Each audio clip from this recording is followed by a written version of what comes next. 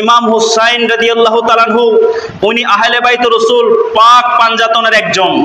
উনি পাক, ওনাদের এই পাক রক্ত, পাক বংশ, পাক নাম, পাক ইজ্জতকে ওই 61 হিজরি সনে এজিদের নেতৃত্বে কারবালার প্রান্তে পৃথিবীর সৃষ্টি জগতের শ্রেষ্ঠ রক্ত নিয়ে কেলায় মেতেছিল ওই ইমাম হুসাইন রাদিয়াল্লাহু তাআলা আনহুর রক্ত মুবারক কারবালার জমিন লাল করেছিল।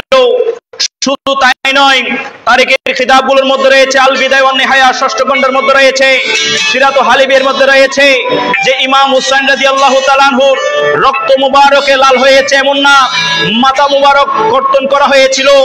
এই মাথা মুবারককে তীরের আগায়, বর্ষের আগায় নিয়ে তারা লাফিয়ে লাফিয়ে আনন্দ মিছিল করেছে। পবিত্র রক্তকে তারা বলি খেলায়, রক্ত খেলায় মেতেছে।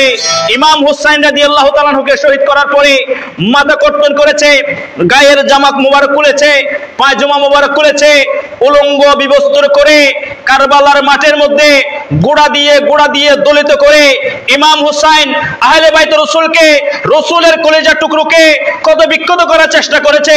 মূলত আমার রাসূল এবং আমার আল্লাহকে ওই ইয়াজিদ বাহিনী কষ্ট দিয়েছে। জোরে বলেন না নাউজুবিল্লাহ। ইমাম হুসাইন, যে হুসাইনের শানে আমার রাসূল বলেছেন হুসাইন মিন্না আনা মিন হুসাইন, হুসাইন আমার থেকে, আমার বংশের একটা দ্বারা